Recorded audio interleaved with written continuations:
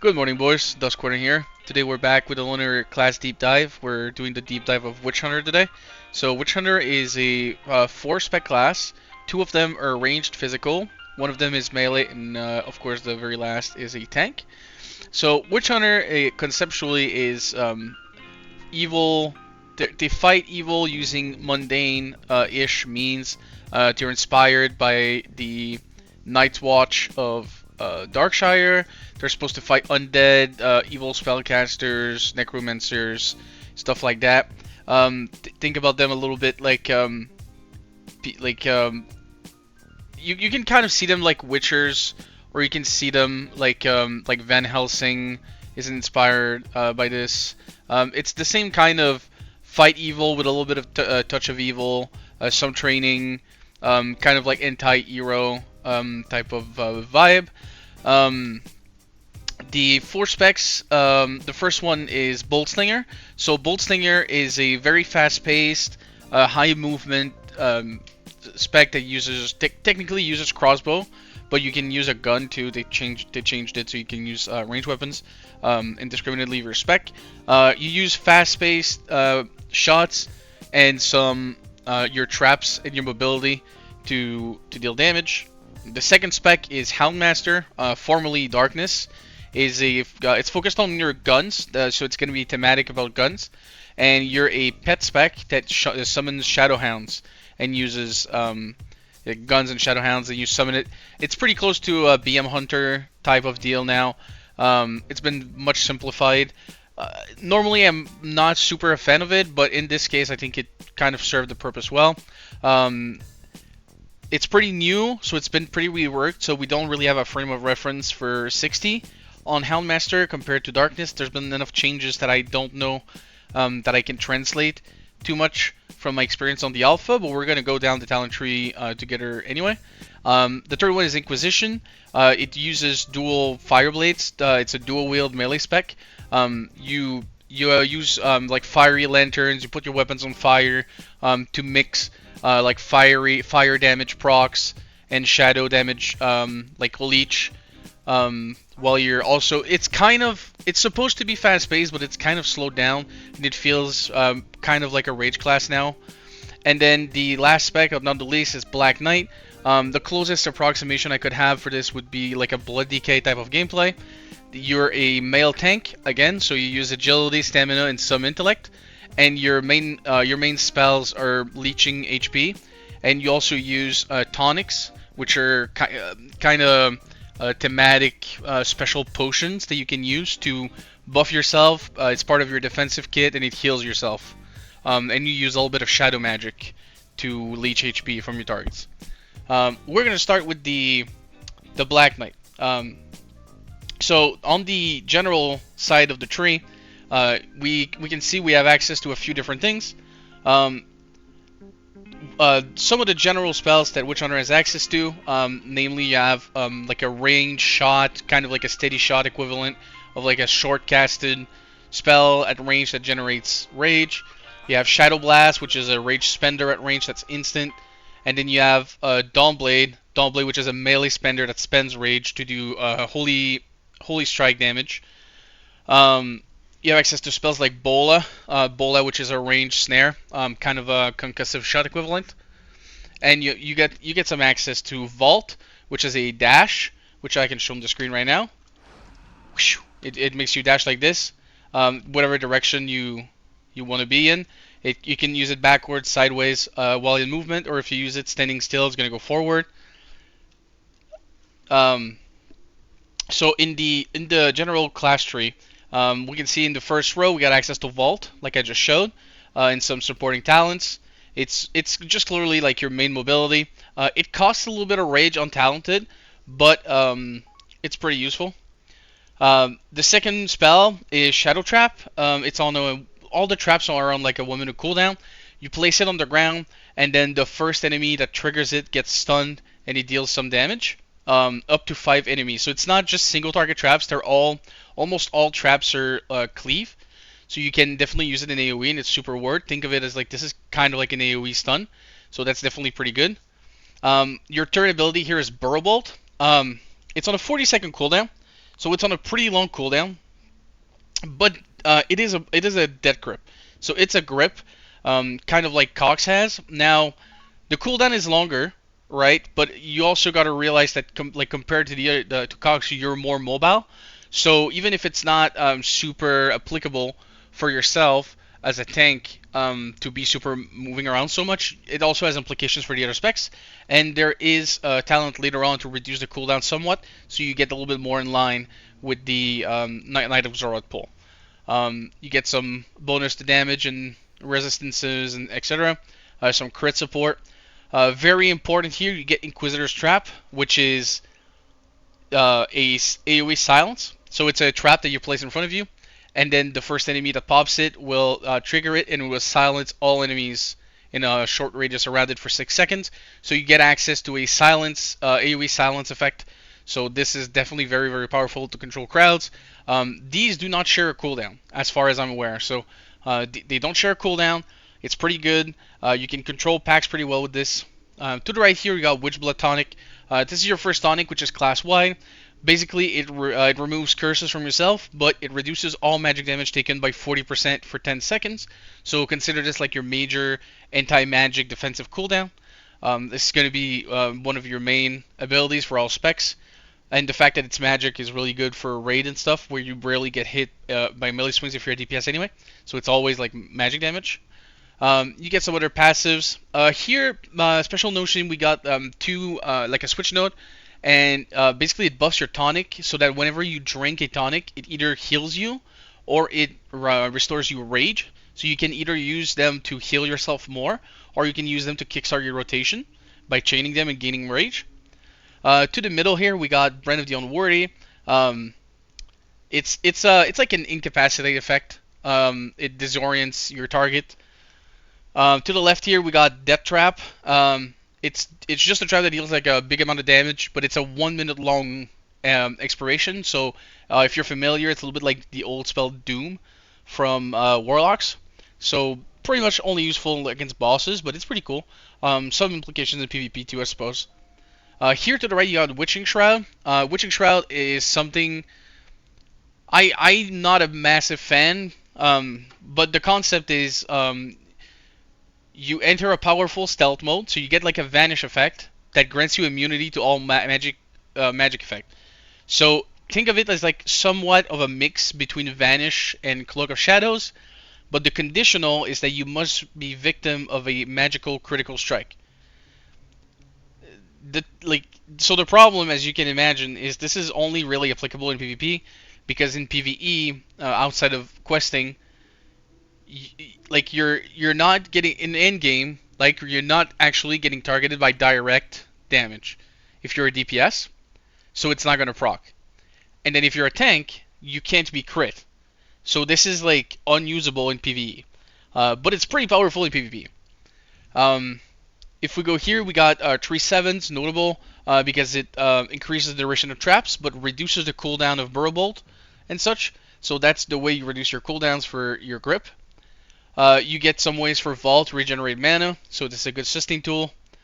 You get some DRs, some passives, some increased duration on tonics and stuff. You get an effect here which, whenever you use Vault, you drop caltrops under you, which are like a little, a slow trap effect. Basically, it deals a little bit of damage. And in terms of Capstone, you have access to Smoke Grenade, which is a smoke bomb effect. So you throw it down at your location, and it creates like a ring. And while you're inside the ring, no enemies can target what's inside, or if they're inside, they can't target what's outside. So if you were on top of like an enemy in PvP and you drop this on them, they can't be targeted by their healer that's outside of the ring. But if you were dropping this on the healer can't target anyone until it walks out. And then under it is just increases duration, reduces cooldown, so it's a little bit more effective. In PvE, this could have some uses in Mythic Plus, namely to grew some casters. But the duration makes it kind of difficult. I mean, it's 8 seconds, so it's definitely like long. It's longer than it used to be at 6 seconds. But there is like, it depends, right?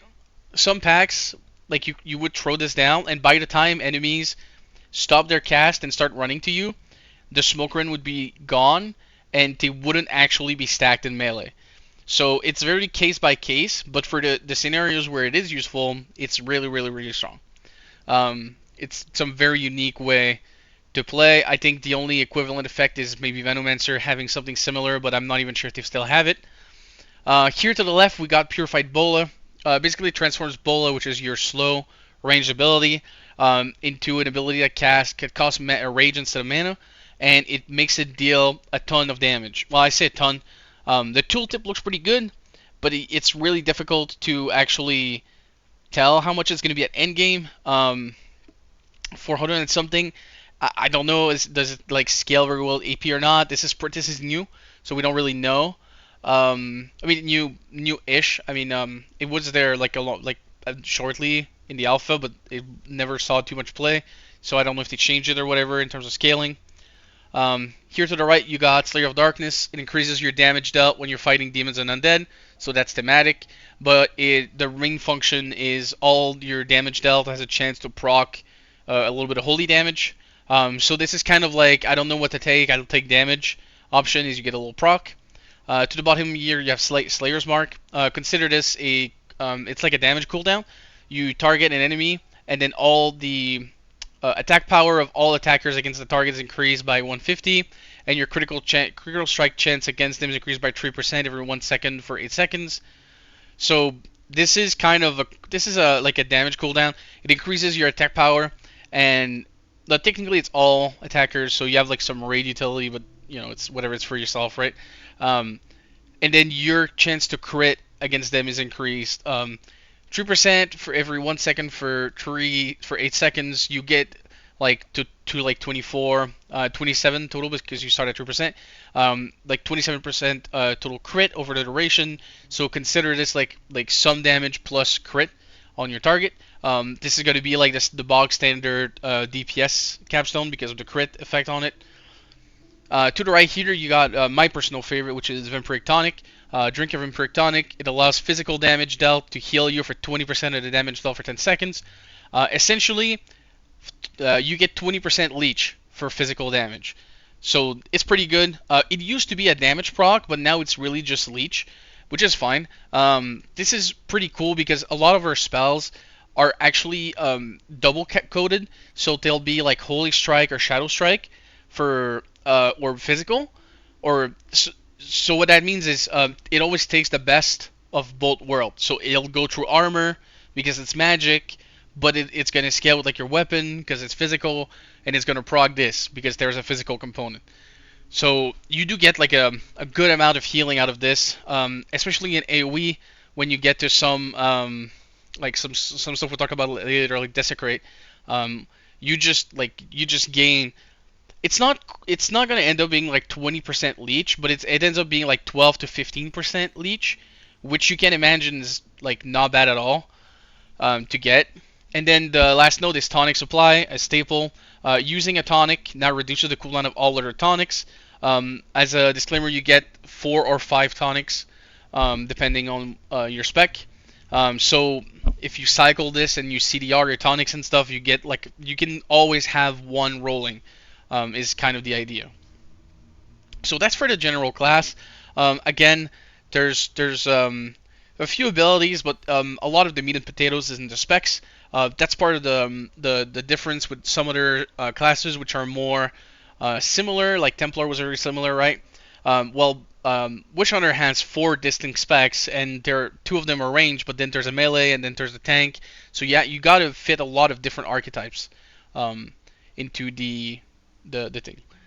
So Black Knight. Now, Black Knight is a tank. As I said earlier, it uses mail. It's in agility, stamina, intellect, tertiary. Main stat. The concept is you're using powerful strikes and shadow magic to leech health and defend yourself and do damage. The passives are as follow. The first one is Grasp of the Undying, which I'm going to refer to as Grasp. Auto attacks while wielding a two-handed weapon, now with 20% chance to unleash Grasp, leeching 28 from the target. So just by existing and attacking, you're going to have a proc leech effect. It's not an insane amount of HP, but it really adds up. Like over the course of like a fight or a run, it just ends up being like a good amount of healing. So it's definitely not a bad one. The second one is Dust Knight. Um, this is your statistics conversion, which is one of the strongest in the game. Basically, it increases your parry rating by 40% of your agility, which is a lot, and then your dodge rating by 25% of your intellect. So this is enough that you don't want to neglect intellect. So you're definitely not gonna go for like bear druid items. You're not gonna go for like sheer agility like rogue gear and such. So you're gonna want to get some intel on it, and then the conversion of agility is so high that this makes you in an avoidance tank.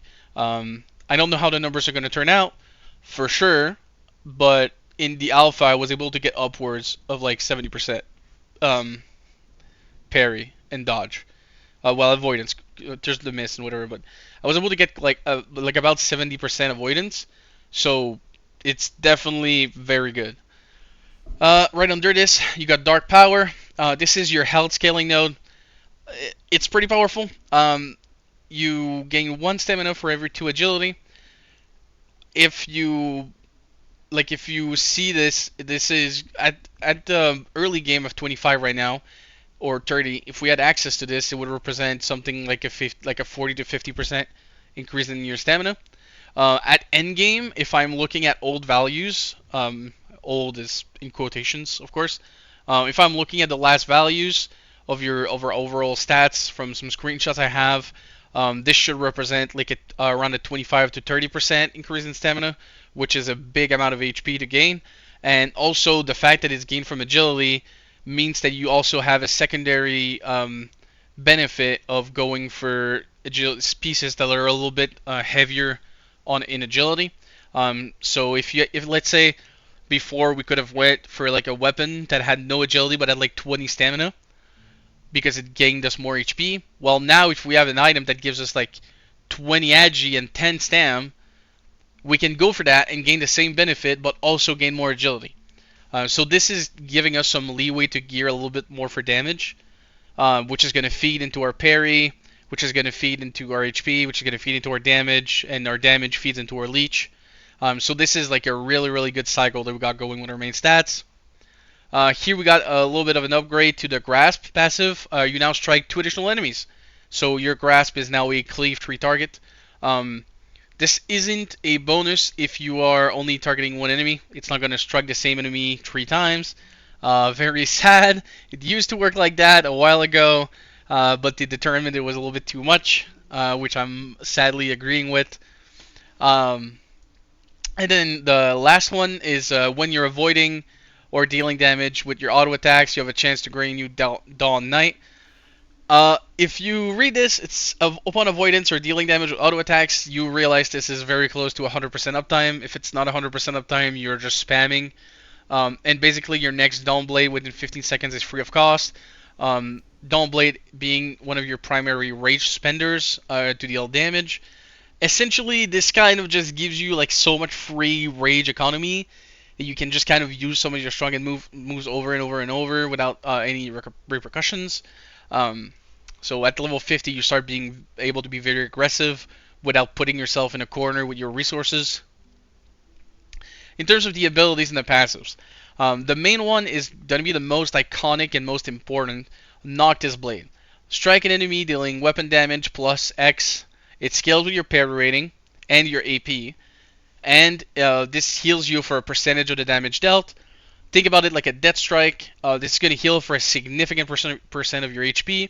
Ignore the 72% that you see that's on the screen right now. The percentage of leech is based on your level, and at max level in the alpha it was 150%, which is a lot because we're a two-handed class that ends up having a good amount of attack power, so our weapon swings actually do a lot of damage, so it's a good amount of your HP. This is like a super staple. It has a 6-second cooldown, and you're going to try to use it very close to on cooldown as long as you're not already full HP. The second mechanic is Shadow Brand. Direct ability damage applies Shadow Brands to enemy. This basically your damage is going to start applying a dot, which is just going to tick, and it leeches some HP to yourself. To the right here, we got just a passive stat node, increase armor from your mail items. So this is another reason why we won't be using letter, is because our armor multiplier is only on mail, so you can reach really high armor value. Again, if I am to use the old alpha values, which, disclaimer, we don't really know yet, but we're pretty close. I was reaching over like 45% damage reduction from armor, which is not quite plate and shield, but very close.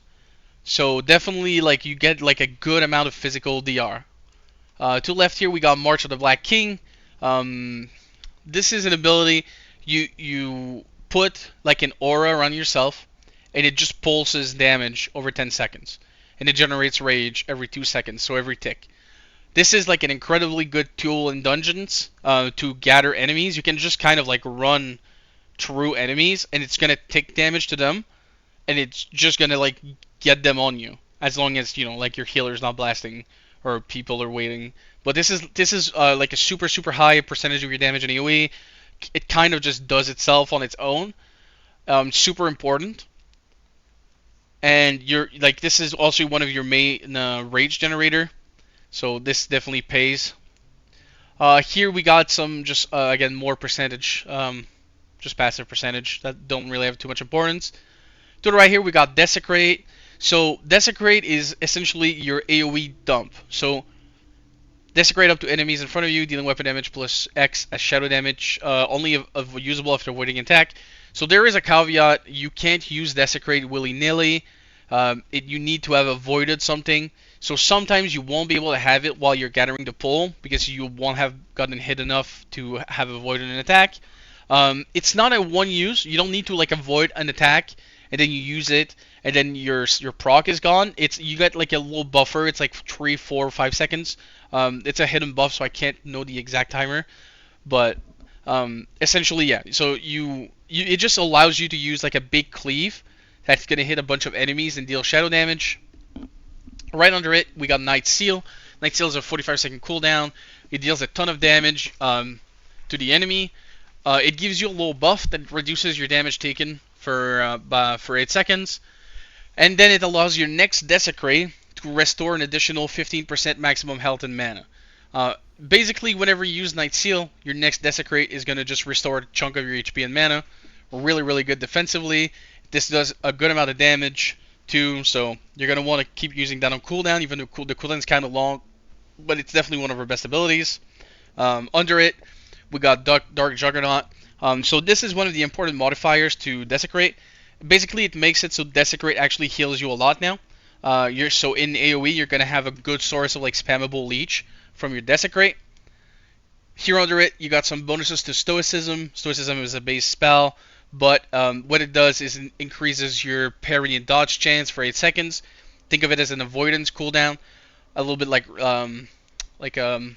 Turtle, or I don't remember the classic name, but it's an avoidance cooldown. With that cooldown, you should be very close to hitting 100% avoidance, so you can take so much less damage from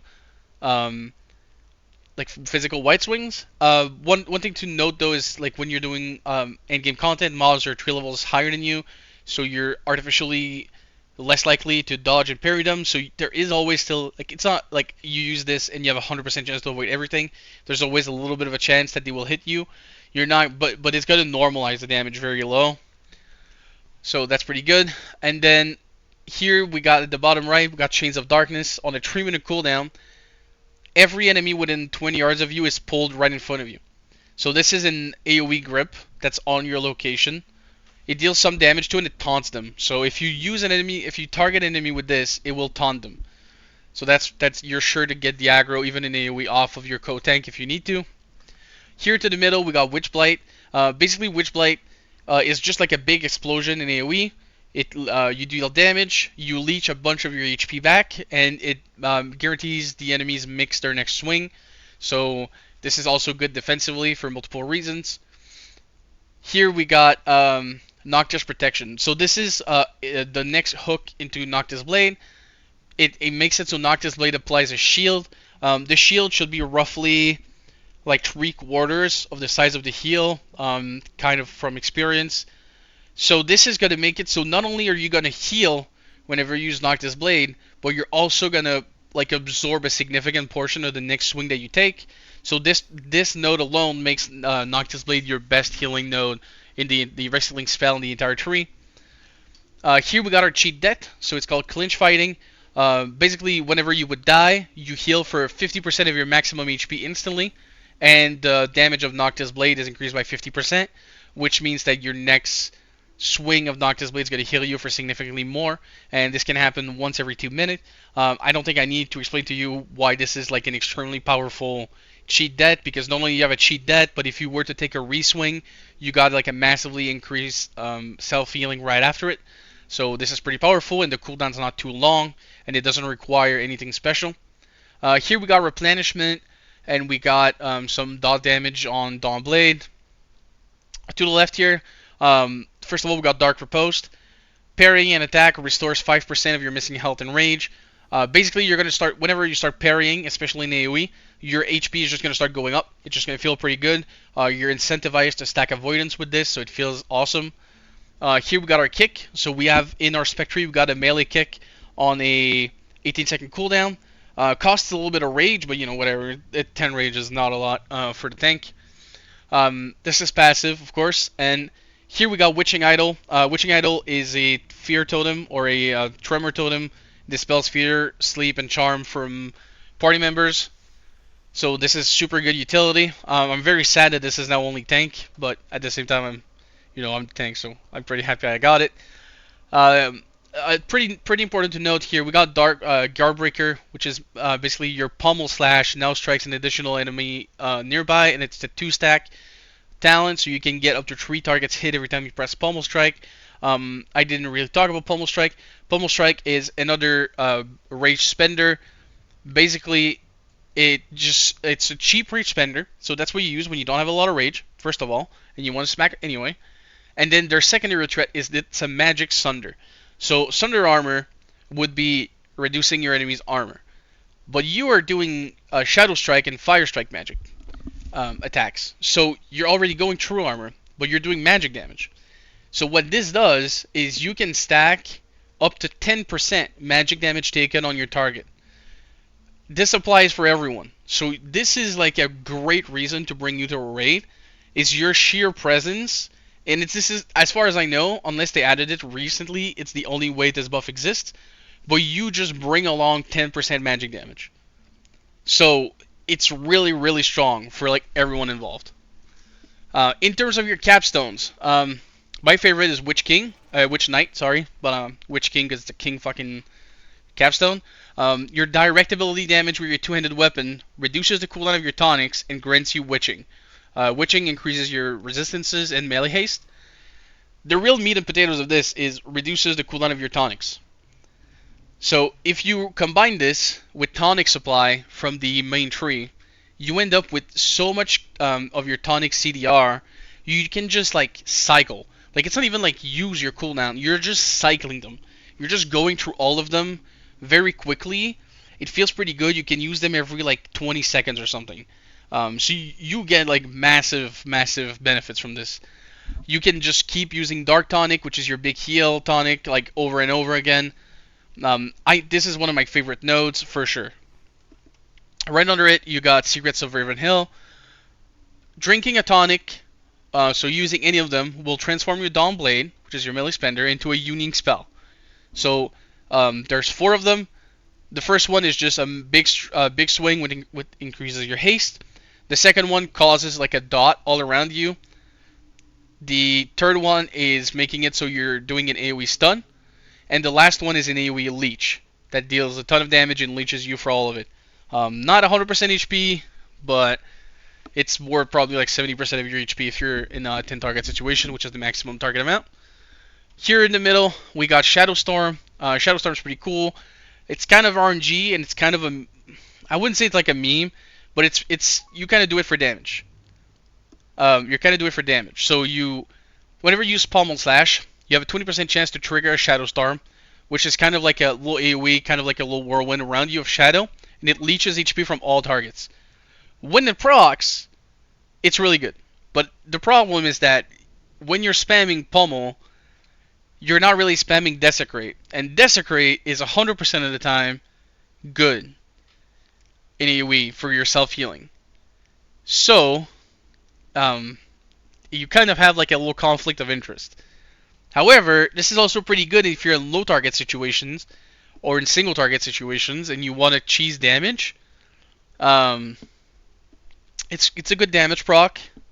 No, I'm not a fan, but I did do some runs with this where this was like the damage option before Shadow, because Desecrate had a cooldown before.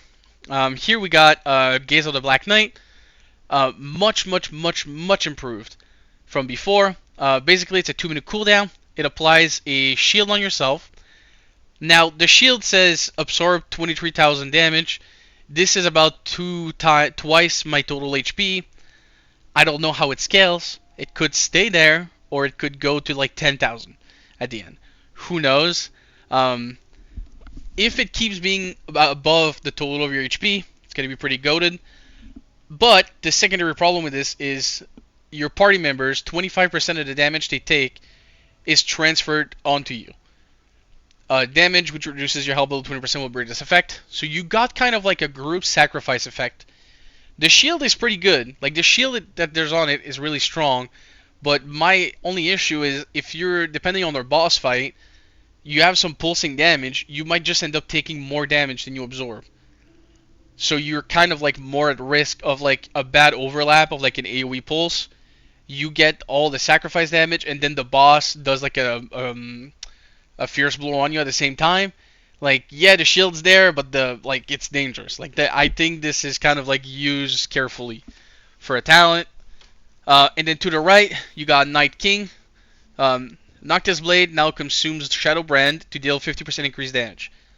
First of all, this is really good single target damage overall, because Noctis Blade does a big portion of your single target damage. Second of all, Shadow Brand is applied passively, so this is essentially all the time. So this talent, you can basically read Noctis Blade deals 50% increased damage, which also means 50% increased healing. This is definitely like a big portion of Noctis Blade's power, possibly. I can recommend this if you need like a talent that's good for everything.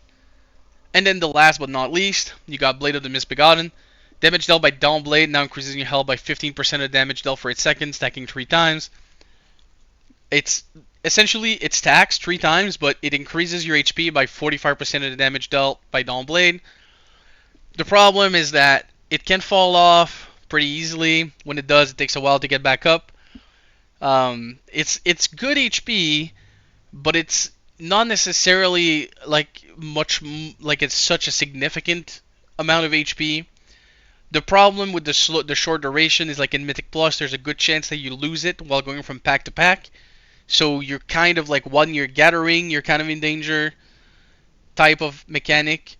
And then it stacks, so it's like it takes like multiple globals, and then you want to press unlike Mythic Plus or on pull, like you'll want to go in, you'll want to press March, you want to press Desecrate, you want to press Noctis Blade, you want to press Night Seal, Witch Blight, all of these things, right?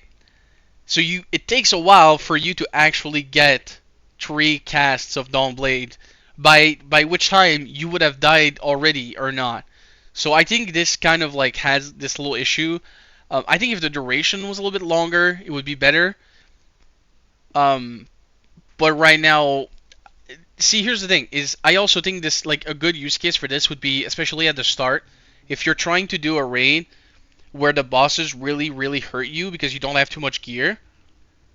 I think this is a good way to boost your HP, because when you're gearing up, your base damage, I think, is going to be pretty high, and then you're going to slowly, like, your HP scales faster because you're gearing stam.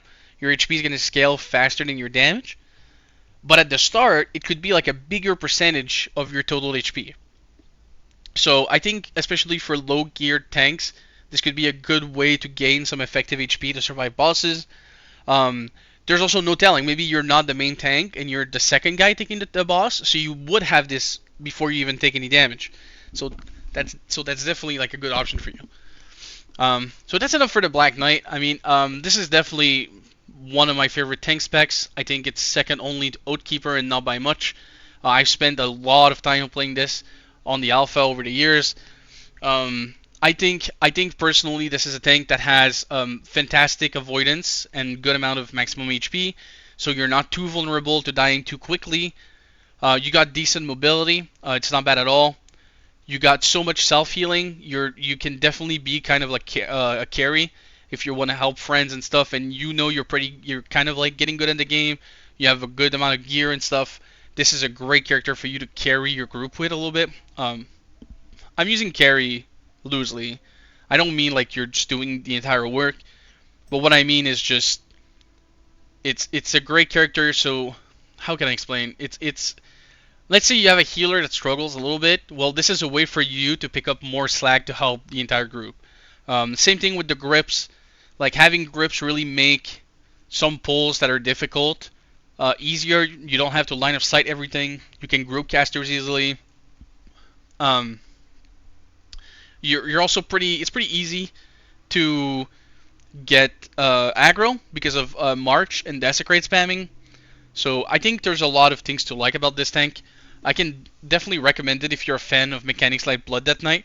If you're someone that doesn't like seeing your HP move up and down, I definitely this is not for you.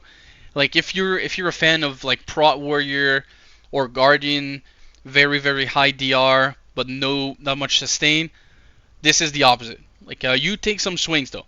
So here's part of the thing is like yeah you got a good avoidance, and yes you got high HP so you won't die necessarily, but in exchange for your healing you have to take more damage. So that's definitely like it can be stressful when you're not used to it. So that's Black Knight.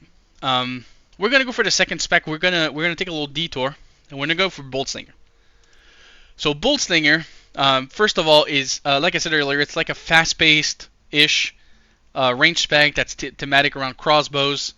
Um, the main mechanic is Boltslinger passive, which allows you to cast Darkslayer, which is your range filler that builds rage. You can use it while moving, and all your abilities and auto shoot now have a 25% chance to shoot an additional shot, dealing 21 physical damage and generating 5 rage. You kind of have like a double shot passive effect. I mean, it's just a damage proc. It doesn't really do anything outside of generating some rage for you. The second thing is Kingdom Hearts, your Heart-Seeking Bolt. We're going to get to that later. Is now guaranteed to crit below 20% health, and it now restores 10% of your mana. So this is how you regen your mana, casting your big Heart-Seeking Bolt, which is a cooldown ability that does really good damage, restores some of your mana, so it kind of incentivizes you to use it properly. The third ability is increases your attack power by 150% of your intellect. As you can tell, this is really good. This is not going to make you edge out agility. You won't gear intellect. Like I'm just telling you right now, you would need to gain so much intellect for it to pass the value of agility, because agility also gives you crit. But what this does is this makes you want to use hunter gear that has some intellect, and if you can get hybrid items that gives agility and intellect, this is going to be your best. The fourth one, your direct range damage has an 8% chance to grant you slinging bolts. Slinging bolts, your next damnation is usable regardless of the target's current health and increases damage dealt by 20%. This is a sudden death proc. Damnation is like our execute mechanic, so you get a way to use your execute as a proc to on any target's HP. And then the last one is Tormentor, can now critically strike, so your damage over time can now critically strike. So this is making sure that you get full value out of crits. Your first ability here is Witchbane. So I think it's worth talking about the range abilities. So you start with Darkslayer, which is your casted spell that generates some rage. And then you have Shadow Blast, which is a spender that's instant and costs rage. Now, Witchbane here is another spender, but it's channeled. In theory, This would do more damage than the instant one, and this would replace your instant one as your spender. To the right here and to the left, um, you just got passives, increases like your scalings. In the middle, you got Heart-Seeking Bolts.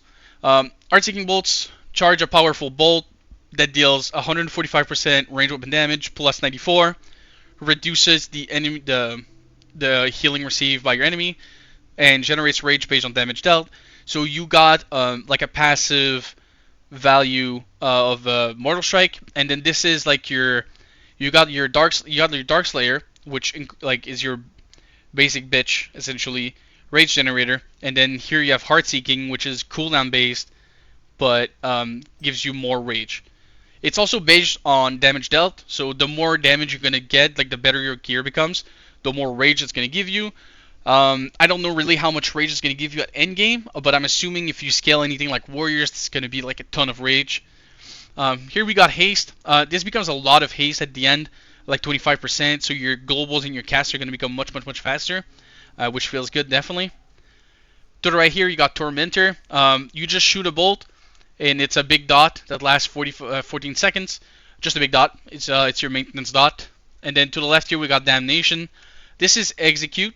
You shoot a powerful bolt, dealing 130% weapon damage, plus X amount of Twilight damage, and it converts each extra point of rage that you have over the 25.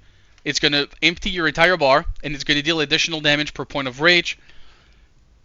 I don't really know, because I know they changed the scaling, so I'm hoping that they buffed it enough. But before, you wanted to use it at a lower rage, because it didn't scale super well with the amount of rage you did, but this is like old information, so we don't really know until we get later on how everything's going to scale. To the left here, you got some rage cost reduction. Here you got crit scaling talent, so critically striking with Damnation, which is your execute, now refunds 40 rage. So you got a chance to even go rage positive if you crit a lot. So if you reach a certain amount of crit at some point, Damnation's going to refund more often than not. It's going to feel pretty good. To the middle here, you got Heart-Seeking Bolt, increases your physical damage dealt by 10% for 8 seconds. This is just going to incentivize you to use Heart-Seeking Bolt as much as possible. Here you got Strafing Shots. Strafing Shots, critical strikes with range abilities now spread Tormentor to a nearby enemy. Once you get enough crit, you're going to press Tormentor on your main target, and you're going to just start like blasting, and your dot is going to spread to every enemy, dealing a ton of damage. Here you got two nodes that affect Witchbane. The first one is it deals its full channel in 1 second shorter. So instead of 3 seconds to do its whole damage, it's going to take 2 seconds, which is definitely good for single target. But then the other choice is Witchbane hits an additional nearby enemy. The problem with this is like you end up like targeting 2 targets. This isn't like a crazy amount of targets, so like it doesn't scale super well in like mass AoE. It does help you scale with getting crits to spread Tormentor, but generally the reduced channel feels better for single target. Under all this, you got Twilight Frenzy. This is your AoE rage spender. So this is a channel where you start spinning in place and you shoot crossbows at like every enemy nearby. It's 10 rage plus 10 per second, and it has no cooldown. So it's just whenever like you whenever you want. You just start spinning and it deals damage. You want to be in like a mid-range to do it. You don't want to be at like your 40 yards of full rax range. You want to be a little bit shorter, ideally, to make sure your enemy is hit properly. You can have some bonuses that gives you like damage reduction and stuff. This is more of a PvP mechanic. I don't know how much you use spin in PvP, but it's there. Here it's all passive nodes. This is physical range critical damage increased by up to 50%. So as you can guess, this spec really likes crits. We can understand like Hunter gear already has native crit, but like your trinkets and such, if you can get more crit, it's definitely what you're going to try to do. Here you got Daring Escape. It's just it's called backflip. We call it backflip. It's just like a backwards dash kind of disengage from hunters. There's not too much to be thinking about that. Here we got a special node. It's called Arbalist Mastery. So every shot of Witchbane deals 20% more damage up to 200%.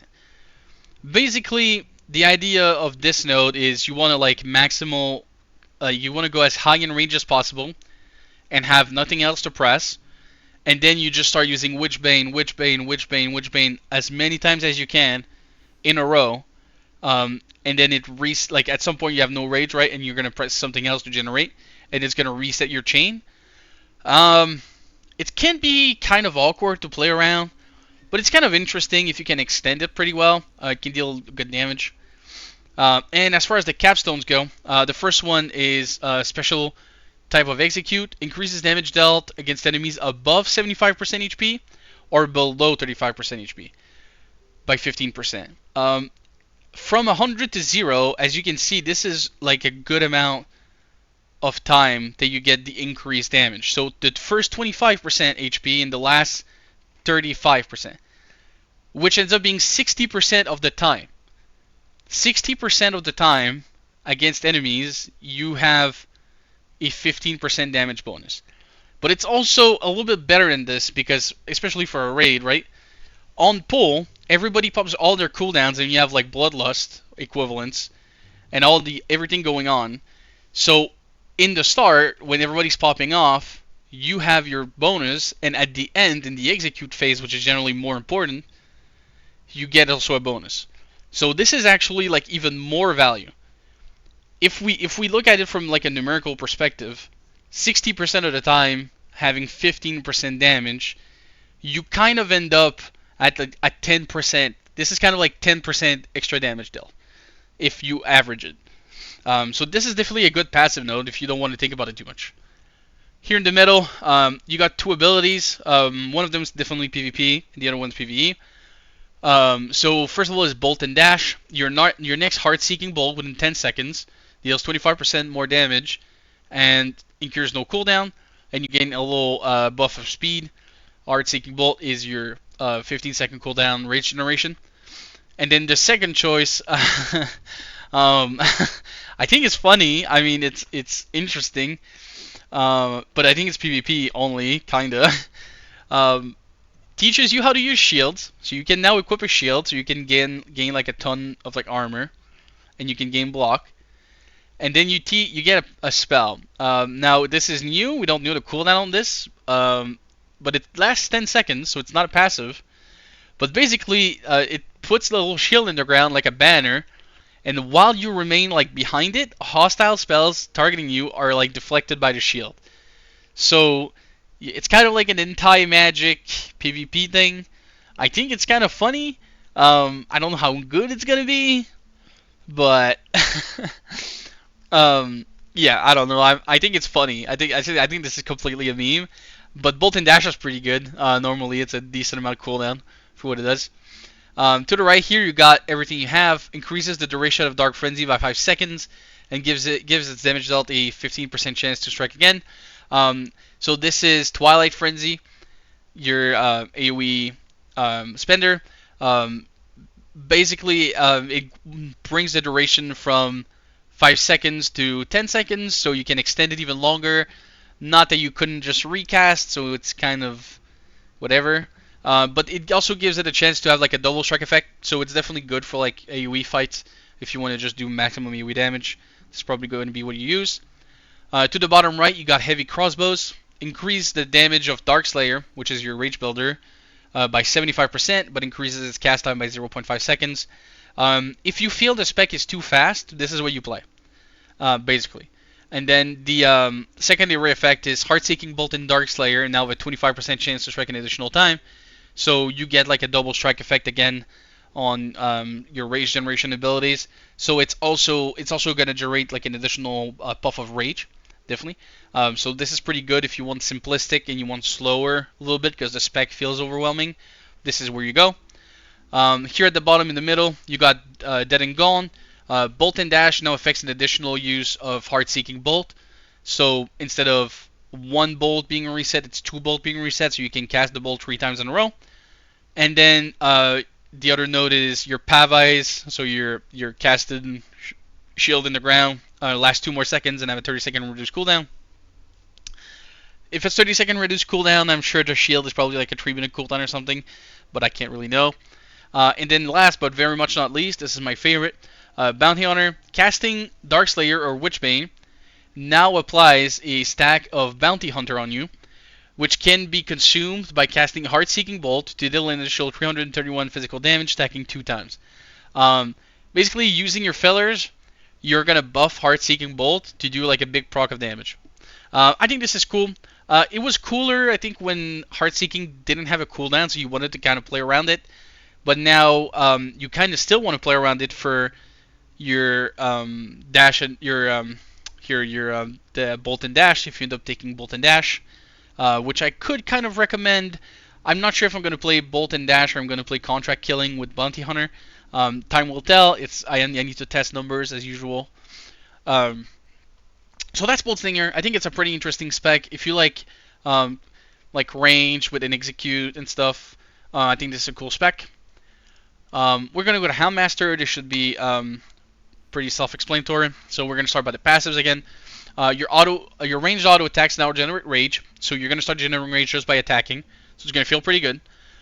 You also gain a permanent Shadow Hound. So your little Shadow Hound, you're going to get a pet. You cannot tame pets. It's forced to be a Shadow Hound. Just putting that out there, so you're not having the cutesy little pets. You can't rename it and stuff. It is a Shadow Hound. Remember, like thematically, this is kind of like a shadow construct. It's not really a cutesy pet. So that's your permanent pet. Your second Shadow Blast now generates 5% of your maximum mana. So your Rage Spender generates some of your mana. So you're gonna want to start like using it often. Here you got critical strike rating by 25% of your intellect. So it's gonna give you a good few percent of crit just for having some intellect on your gear. Here, Daredevil, whenever you take damage that would reduce you to 35% HP or less, you summon 3 lesser Shadow Hounds, and you reset the cooldown of Vault, can only occur once every 2 minutes. Let's be honest, this is kind of more of a PvP thing, but if you do end up being hit for a big amount of damage, you can get some Hounds for free, so it's free damage if it happens. And then the very last passive, which I think is very cool, which is 6-fold shot. Every 5th Darkslayer, which is your builder, transforms your quick draw, talk about that later, into 6-fold shot, which is like a small channel for 1.5 seconds, and you kind of like pull out a revolver and you go bam bam bam bam, which shoots 6 times, each dealing like a good amount of damage, and it generates rage and mana, and you can use it while moving. So you just kind of like get this loop of like a super shot every few times. I think it's pretty cool. It gives me like a cowboy vibe. Your first node here is Unleash the Hounds. So this is like a Rage Spender on a 10-second cooldown, and instead of just like shooting, you spawn like a lesser Shadow Hound. So you spawn like an extra dog, kind of like a wild beast for a BM Hunter. Here you got Houndmaster Skull. You command your Shadow Hounds to leap on the target, dealing 2 strikes for X amount of damage. You're just kind of doing like a kill command type of move. So it's just damage. It's fine. It costs mana, doesn't cost rage, doesn't give you rage. It's just kind of like use on cooldown for single target damage. Here to the left, just passive. Here you got cooldown reductions and some chance for CDR. To the bottom left here, you got quick draw. So on the 10-second cooldown, unleash a quick shot, dealing 175% range weapon damage plus 37, and generates rage. Only usable after critically striking with an ability. So it's not going to pop on its own. You need to crit, but you're going to crit probably often enough that you're going to have you have it up every time it's off cooldown. It starts at 10-second cooldown. It gets reduced later. Generates rage. So it's kind of just like a proc cooldown that you can use between your main shots to generate rage to do more damage. It's generating rage, but it costs rage, so you can't use it like on the rip. Let's say you like open the boss and your first auto shot does a crit. You're not gonna have enough rage to use it. But once you get into you get rolling, kinda, it's gonna refund most of its rage, so it's kind of a free button. Feels pretty good. If we go down a little bit, quick draw has increased critical strike chance, and you can reduce its cooldown, or you can make it so your next Darkslayer is instant. More PvP, but it's pretty good. Here you got some rage cost reduction, range haste increase. To the right here, you got Shadow Rage. I kind of skipped over it. Casting Shadow Blast, which is your standard spender, grants Shadow Rage to your hounds, which is just a buff that makes it so their auto attacks do shadow damage. Pretty good, easy, simple. To the middle, you have your main cooldown, which is Decimate. Basically, it's kind of Bestial Rat. You're just buffing your Shadow Hounds to allow them to do way more damage and ignore armor. So it's kind of just like a pet steroid effect. Here you have a chance to summon additional Shadow Hounds when you use your Unleash the Hounds. You auto attacks can increase the melee of your pets.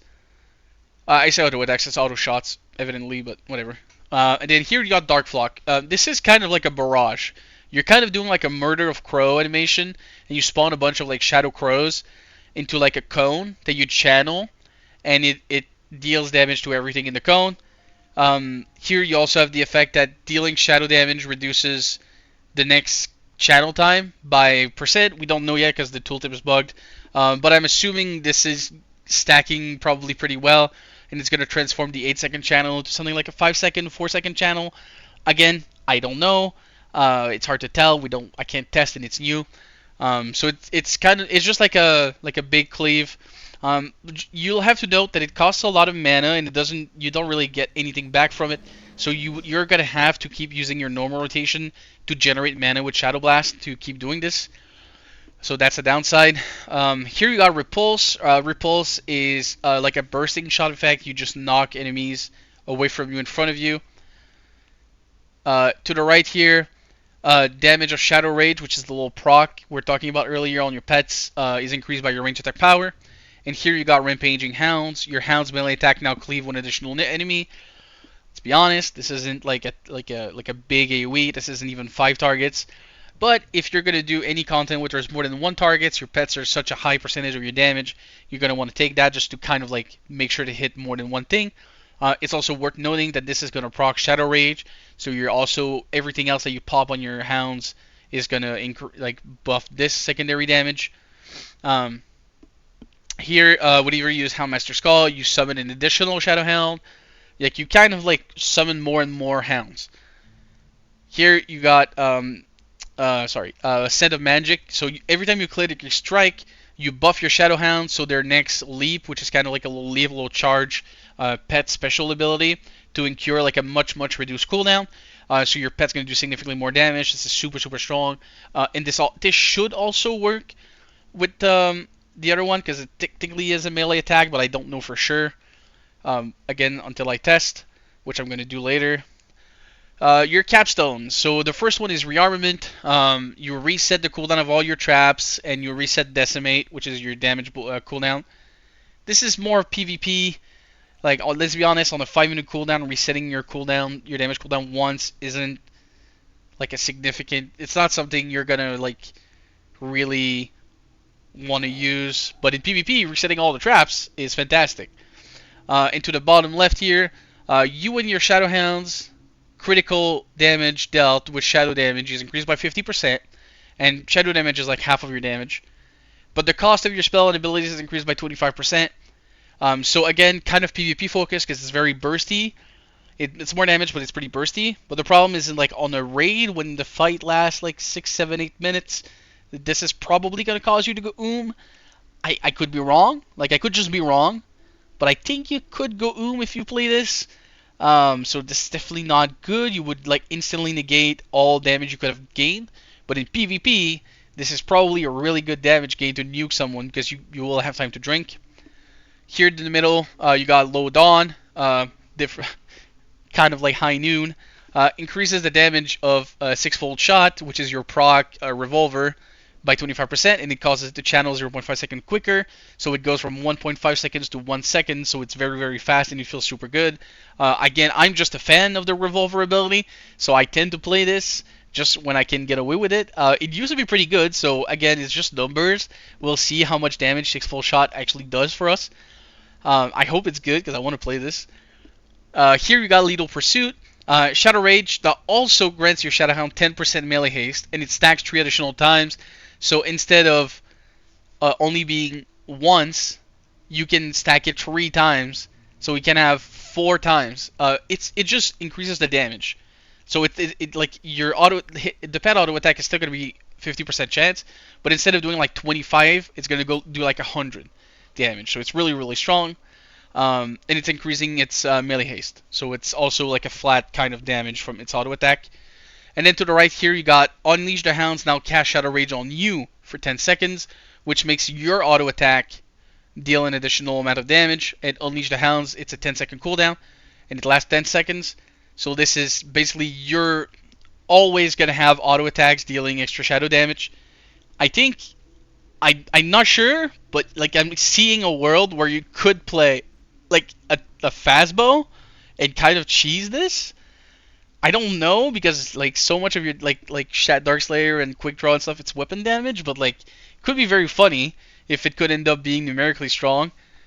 And then here, Feast of Talons. This is your AoE one, striking at least 5 enemies with Dark Flock, which is the conal crows.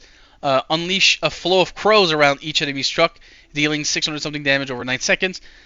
If you hit enough enemies for Dark Flock to be used, they all have a dot on them. So, definitely good for AoE. Would not recommend for raid outside of some fights like Major Domo. There's a good chance this is used in Mythic Plus actually, but it also forces you to use this one, so we don't know if this is good enough to justify it. I mean, I'm saying good enough. It might be like the best capstone ever. Again, we don't have the numbers because a lot of these are remixed and changed enough. Because Houndmaster is essentially like 60% of a new spec. So a lot of it is kind of subjective and like I'm just predicting. And then the last spec, Inquisition. This is my favorite damage spec. So the first passive of this is Flames of Sin. I'm not going to read you the tooltip. I'm going to explain it. So you have a few abilities, including Dawnblade, which is your range spender, your rage melee spender. It grants you a buff for a few seconds that causes all your auto attacks to deal a percentage of their damage as fire. You have multiple ways to grant yourself Flames of Sin, and the tooltip reads it's 10% of the damage dealt as fire damage. However, it used to have spell power scaling. I don't know anymore. Again, need to test. Don't have enough spell power gear to make a test. The problem is, it's actually pretty fun, and this opens like proc damage based gameplay. So it's pretty fun. I like this a lot, and it's going to feed into a lot of stuff that we're going to do later. The second thing here is Interrogator. Damage dealt by Dawnblade now deals an additional 100% of damage dealt over 10 seconds as fire damage. So your Dawnblade leaves a dot. This also makes you want to not spam Dawnblade because you're not going to get full value out of every dot. We're going to get to that when we get to the other abilities, but we do get an alternative. Then we get Malice. Increases fire spell damage by 50% of your agility and increases your attack power by 100% of intellect. This just reinforces the stats that you already want. I'm not going to say it again, it's just gearing. But it's also fire spell damage, which has some interesting scaling with some of your spells later. Here we got Heartstopper, casting Purifier's Edge or Fiery Judgment, 2 spells we're going to talk about later. 30% chance to allow the use of Stake, regardless of the target's health percentage. Stake is our execute. And then here, Evildoers Beware. Stake is now guaranteed to critically strike enemies above 75% HP. Basically, if you get a proc, even if the enemy is high HP, it's going to feel good because it's going to crit. So, Hunt. This is a charge. Two charges of the charge on a 25-second charge. You charge them, it slows them, and you generate 20 rage. So it's a good way to start the fight with some rage. You have a minimum range, so you can't use it like in melee. So and the spec is like very married to his auto attack. So you're gonna want to like stay in melee. You're not gonna want to like finagle away from the boss to generate some like 20 rage by recharging. Like definitely, it's not something we're gonna do. The second ability is Duskblade. So we have Dawnblade and we have Duskblade. This Duskblade, you strike an enemy with both weapons instead of just the one weapon with Dawnblade. So it's technically more damage. And then you leech damage based on damage dealt because you're doing both weapon damage plus shadow damage, and you leech the total. So this is your sustain. It also hits with both weapons. So as you can imagine, if you have proc weapons and such, this is really good. Here to the left, fire damage dealt, increase weapon damage, increase the damage of some abilities, increase agility, increase expertise, whatever. It's all passive nodes. To the left here, the first spell is Purifier's Edge. So on a 6-second cooldown, strike an enemy with your Searing Blades, dealing weapon damage with both weapons. And it also grants you Flames of Sin, just like Dawnblade. So this is a mana cost. So this is something you can use to fill the globals when you don't have too much rage. And it's also going to kickstart some other abilities, such as Searing Hilt, which increases your melee attack speed for 10 seconds. So you're going to want to keep using this on cooldown to extend your buff. Here you got, we're going to talk about this Fiery Judgment. It's a 30-second cooldown. You deal a big amount of fire damage to your enemies and all enemies nearby. Here in the middle, you got your offhand to attacks now at 10% chance to strike 2 additional times. So you got kind of like a Wind Fury effect going. It's your offhand though, so it's not like 100% because the hit chance is lower and you do less damage, but this is a cool effect. Here to the middle, you got Pyrotonic. Pyrotonic is just like another damage buff.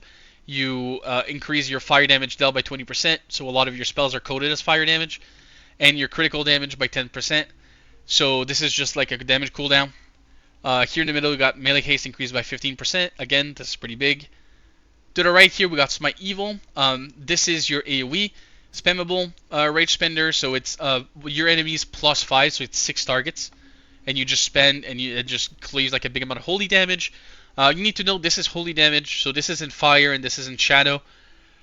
But this kills mainly with attack power. So we're pretty lucky. I don't know if they actually changed it to fire damage because I can't test. As you can imagine, we just don't have it unlocked, so I can't really know. So this is your AoE spender. Here, your Smite Evil has a 25% chance to strike again. The chance to trigger this when you have Flames of Sin actions increased by 10%, so it's 35%. This just gives you like a multi-strike effect again. 35% chance, so kind of almost 35% increased damage on this in general over time. Pretty hard to beat. Here you got Lantern, or Darkslayer's Lantern. You shine a lantern, dealing fire damage to all enemies and stunning them. So this is like on a 2-minute cooldown. You just get a big AoE stun on top of the rest that deals good damage. It's pretty strong. And here you got Flourish, performing events Flourish, blah blah blah. Dealing a big amount of fire damage as like a big whirlwind around you. It repeats every 4 seconds, and it causes... What? Anyway, and then it causes your Flames of Sin passive damage to cleave up to 3 additional enemies, so your auto attacks extra damage is going to start cleaving for 20 seconds. I think the tooltip's strong because it like swings like a lot. It should be like every seconds for 4 seconds or something like that. It grants you Flames of Sin, and it increases the duration by 10 seconds. So this is like a good button. It deals enough damage, you're going to press it even in single target. To the bottom right here, you got Stake, and the note under, which is just melee haste. But here's Stake. Drive your concealed stake into the chest of an enemy, dealing physical damage. Only usable enemies at or below 35% HP. This is just your execute. It also feels like your empty global pretty well. To the left here, we got Torchlight. You kind of like throw a big torch, and it just deals like a bunch of fire damage and starts your Flames of Sin. Under it, you got increased damage of Torchlight. This is just kind of like a 20-second cooldown big dam, so it feels pretty good. And then you have 2 buffs, so you have Dawn and Dusk. Essentially, whenever you deal fire damage, you increase your fire and shadow damage, and when you do physical damage, you increase the damage of physical damage. It's not quite that, but for everything you guys need to know, this is kind of how it works. And in practice, it just stacks up very, very quickly, and you just never really run out of it because you're going to do fire damage and melee and physical damage every time you melee attack. So you kind of have this instantly as long as you don't stop hitting stuff. So just passive damage. To the left here, I don't even know why this is a capstone, but Damage dealt by Duskblade has a 15% chance to reduce the mana cost of your next Purifier's Edge, which is this. This effect has a 25% chance to not be consumed by Purifier's Edge. I don't know why something that's only a mana cost reduction is actually a cooldown. I think it's kind of cooked. It doesn't give us any damage, and we don't struggle with mana so much. So I'm really unsure what we're doing with this, but it's there. And then under it, main hand up to attacks, apply a stack to the enemy that increases their fire and holy damage dealt, damage taken by 2% per stack, stacking 6 times, so 12%. And then your offhand to attacks apply wickedness, which increases shadow and physical damage dealt to them by 2% for 6 stacks, so again 12%. Torchlight can now consume these stacks to deal 191 holy or shadow damage to the target. I'm pretty sure it's per thing, so you could do like 2 instances of damage. This is looking really, really good for single target. If you don't consume it, it's like a 12% damage increase, just passive. And then if you consume them, it's a big amount of damage. So we don't know how it's gonna stand. One thing I'm really worried about is if consuming them is a damage loss, then you end up like untalenting Torchlight. That would be awkward if you didn't want to consume because you'd rather have the 12%. Numbers will tell. I don't know how much the proc is going to scale. But it would be funny. I'm not saying it is or it isn't. I'm just saying it would be pretty funny. And then in the middle here, we got Torch the Wicked, dealing damage with Flames of Sin. Now grants 2% attack speed, stacking 12 times for 6 seconds. Applications of this effect do not refresh the duration, so it's got this little buff that stacks, and it's going to give you like an ebb and flow of attack speed, so it's going to feel pretty good. And also Pyrotonic, which is your fire damage cooldown, resets the cooldown of Torchlight, so you're going to be able to do like Torchlight, Pyrotonic, Torchlight to do like a big burst of damage. To the middle, you got Cycle of Despair. This used to be really, really good. Increases the amount of stack of Dawn and Dusk, which is the stacking buffs here that increases the damage of your physical and fire damage stuff.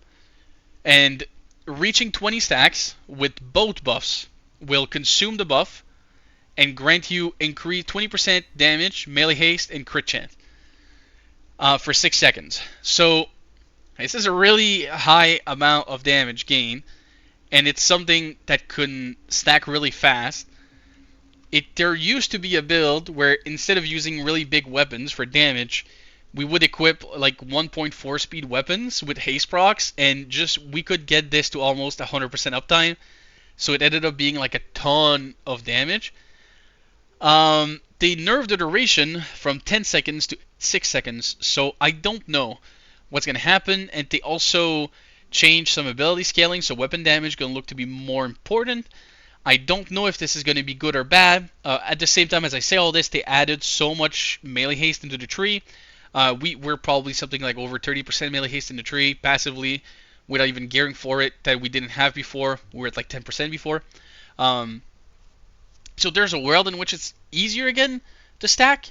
I don't know how it's going to go. This is 100%, like 100%. This is like get 2 fast weapons at endgame and do really thorough testing to even know. But also, this has probably good things to do with raiding. If you can get like buffs, like haste buffs and stuff from other people. And then to the right, we got some more passive stuff. Critical strike chance by 25% on enemies below 20% HP. So this is a good execute talent. It's not super strong. Numbers would tell, but my first impressions is that I'm not sure that this is strong enough to qualify for a capstone talent, but it's there, and it's going to be good for some fights like Ragnaros, where the actual important phase is all below 20%, so it's really good. And then the very last note, Hatred and Vitriol, damage dealt by Stake now ignores enemy armor, and its critical strikes refund half of its cost, so you're going to be able to spam Stake more and more, and it's going to completely ignore armor, so it's definitely going to be a big damage boost. So we got that to look forward to. I think Inquisition looks pretty interesting. I think we got some new builds coming. I'm going to have to do some really thorough testing once we get a little bit more talent points. Right now, I don't quite have enough to make everything work the way I would want it to work. I think this is a spec that's shown a little bit later. Like the 25 cap really doesn't give it too much justice. Um, so some notable things that I didn't talk about Witch Hunter. So you got edicts. So your edicts are your raid buffs. You got 3 of them. At level 25, we only have 2. You got an agility buff. You got a spell power buff, and you get the Mark of the Wild armor buff later on at level 30 or something. You get access to a passive called Charming Conversation. So you just have 5% reputation gain permanently. It's kind of RP. It's whatever. Um, you get Infiltrate. It's kind of a meme spell that lets you roam the open world disguised or something. So it's kind of interesting. It's kind of funny. I think this is a really funny um, spell. You can do some funny stuff. And your Dark Region here like regions your mana in Rage. And then you get the brand spells. So the brand spells, they're kind of like a curse. They all have a little cooldown. They go from increases the chance to hit, which is super lame, because you want to be hit capped anyway, because you can only put this on one target. And then here you got kind of like an execute brand. Those are new. Honestly, they're not very good. Like they're not good at all. They they kind of suck. I really don't like them. I'm so sorry if a dev is ever watching this and you were the one that made them. I'm so sorry. I just don't like them, and I think they could be super cool. Like I wish, but they're not. Like right now, they're just not. Um, so yeah, so that's a little gripe I have with it. It's also worth noting, like the low level experience with Witch Hunter can be a little difficult if you're not used to hunter type of characters. So you kind of end up like shooting, and then you hit it in melee a little bit. There's like a little bit of an awkward spot at like 8 to 10 if you don't find like a new gun or crossbow and you do not quite enough damage, where you spend a long time in melee and you take damage. But you can kind of like kite a little bit, and you just have to play a little bit. You can't just like cast like your fireball like 4 times and kill every mob and just keep doing that forever. Mana is not too bad. Once you get Dark Region, especially, mana becomes fine. Probably keep some water and food on you though. Like you'll start taking some damage at some point. If I had to make a recommendation, if you just want to level by yourself, I would just play Houndmaster. The pets are super strong, they take damage for you and whatever, and you can literally just dismiss it and resummon another one between like every other pack when they're low HP. It's kind of cheesy, but it's super strong. I think Inquisition might struggle a little bit because it doesn't have too much rage generation. So that would go to my other point. Little minus is we used to have a spell called Slash, and Slash used to be just like a spammable that generated a little bit of rage. Whenever we were low on rage, you just kind of casted Slash once or twice in like the lulls of your rotation. It's gone. Apparently it was like bloat, so it's gone. I know a lot of people kind of feel it's miss. I kind of miss having something to press all the time. It's definitely gone, which definitely makes me pretty sad. Um, it's not the end of the world though. My rage generation have felt pretty good in general. Again, I haven't played Inquisition yet. I just know there's like we're kind of missing talents to make it feel really good, so I'm not too worried about it right now. I know like you want stuff to feel good the whole way, but I think it's also important to recognize that like some specs are just fundamentally wanting a little bit of a more of a power creep, and we can even go back all the way to classic WoW. Like warriors, like they don't feel good until you get like sweeping strikes, and then until you get like mortal strike. So like I don't think it's unreasonable to expect to reach level 30 or something before a spec really pops off. And it's not like the spec is bad. Like let's be real, none even like the worst spec is still better than like a warrior in classic or a rogue in classic. Like we're just gonna put that down there, and it has good leech and sustain and stuff. Um, Obviously, like this the spec I think that could be weird is if you go Black Knight. I'm just gonna warn you, from level 1 to like 15, things are a little bit difficult. Like you're not like a powerhouse from minute 1. you definitely take a few talent points to get really rolling. So those talents would be like you reaching March or Desecrate for you to have AoE. Like I wouldn't recommend going to do dungeons before you have March of the Black Knight, March of the Black King. It's sad to say, but it just is what it is. Like you just don't have AoE before that. You can go and grab Desecrate, but it's not. It's like not. The other one is easier to use, so I would recommend March first. I'm not saying don't do it. I'm just saying if you go at level 15 into RDF and you struggle a little bit, I would just wait until you have at least that talent and then go back. Then you're gonna enjoy it. Like the dungeons don't unlock until 15, right? So I don't think it's reasonable to really judge before you hit 15 if the tank spec is fully out. You don't even gain your aggro stance until 14. So like definitely I've seen some complaints. I just want to say like everything's fine. Like a warrior at level 10 gets defensive stance, but I don't even know like if you got cleave. You don't even have cleave, right? So let's just all like it's fine. Like let yourself go to 25. Definitely just let yourself play. Let yourself go to 25. The class at 25 feels super good. I'm super excited to go higher levels. I think everything's gonna scale pretty well. The talents are exciting. Going forward, I'm fairly certain that this is the character I'm gonna main. There was good talks between my Templar and my Witch Hunter, so on a personal note, just a little update, like there's a good chance I'm gonna play this. My guild also has like another Templar that plays DPS, so we don't really need the buffs and stuff.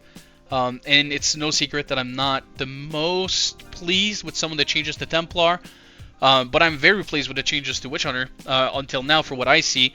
Witch Hunter in the alpha had like a little period where things were difficult. We're kind of like in between multiple ideas, but I'm happy to say that they've kind of aimed towards something and they've kind of reached it. It feels pretty good. I think they went a way that maybe is not popular for absolutely everyone, but really I think it's a good choice. I think I support that choice in a way, and I'm very happy to see that Black Knight really looks pretty much untouched. Not untouched in the sense of like untouched, but like in the sense where like the core gameplay loop hasn't changed. It feels the power is in the same way.